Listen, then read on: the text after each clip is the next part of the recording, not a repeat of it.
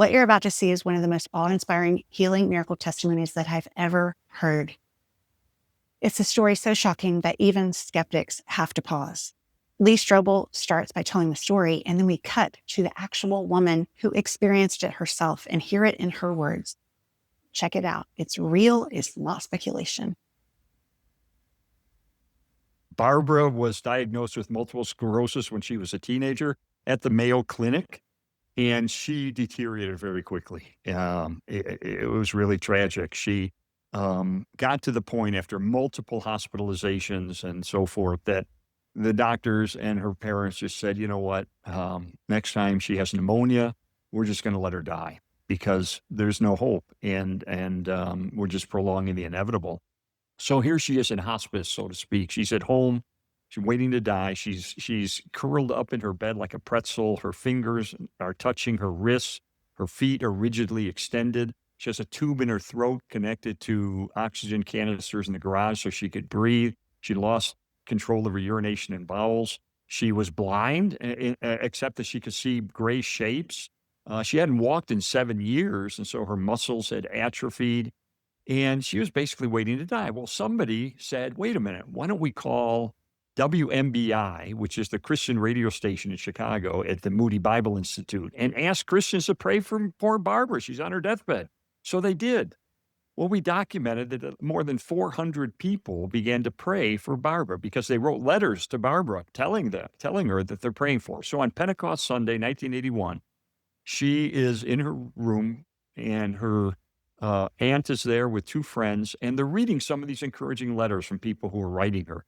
And all of a sudden, from the corner of the room where there was nobody there, she heard the voice of God. June 7th, 1981, I'll never forget it. It was a day like any other day for me. That was one spent confined to bed, unable to breathe on my own, hooked up to machines, a tracheostomy tube in my neck, my arms curled up, my legs curled up. I lay there trapped inside my own body is really how it felt. I had 2 friends over. They came over all the time. They were from my church. My church family never forgot me. So while they were there, I still remember exactly what they were reading when all of a sudden I heard a booming, authoritative, loud voice over my shoulder over here say, "My child, get up and walk." And there was nobody else in the room? And there was no one else in the room, and the door was over here. There were windows over this way. And instantly, I knew it was God. But instantly, I also knew that my friends didn't hear that, which is kind of interesting, too. Yeah.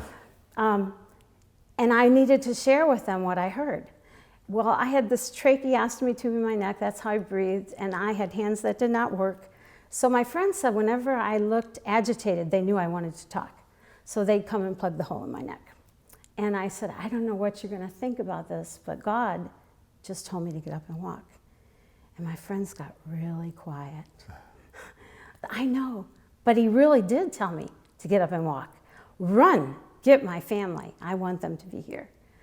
And my friends all of a sudden jumped up, and while they jumped, so did I.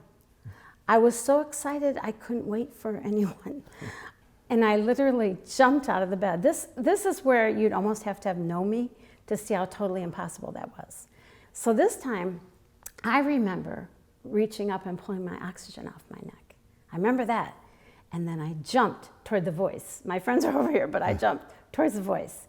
And as I jumped up, the first thing I remember isn't what I would think I would remember, but I jumped out of the bed and I looked and I saw my feet. They were flat on the ground, just like everyone else's, which sounds normal, but not for me. I had foot drops so badly I couldn't even wear slippers on my feet. They were so curled. So when I jumped up to have feet flat, I was amazed and stood staring at my feet. And when I did that, I jumped like this, and then I saw my hands. And they were open, and they never opened.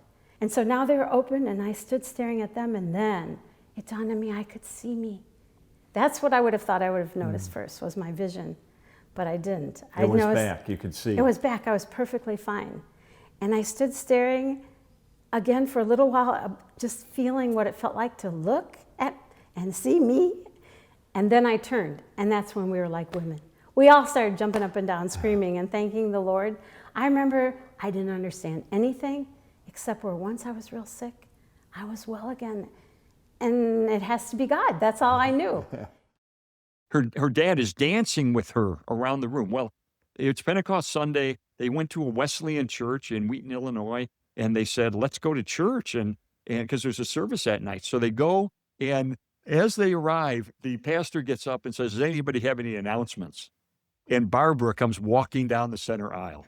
Well, nobody has seen Barbara except in a wheelchair for 7 years. So they erupted in singing Amazing Grace. I once was blind and now I see.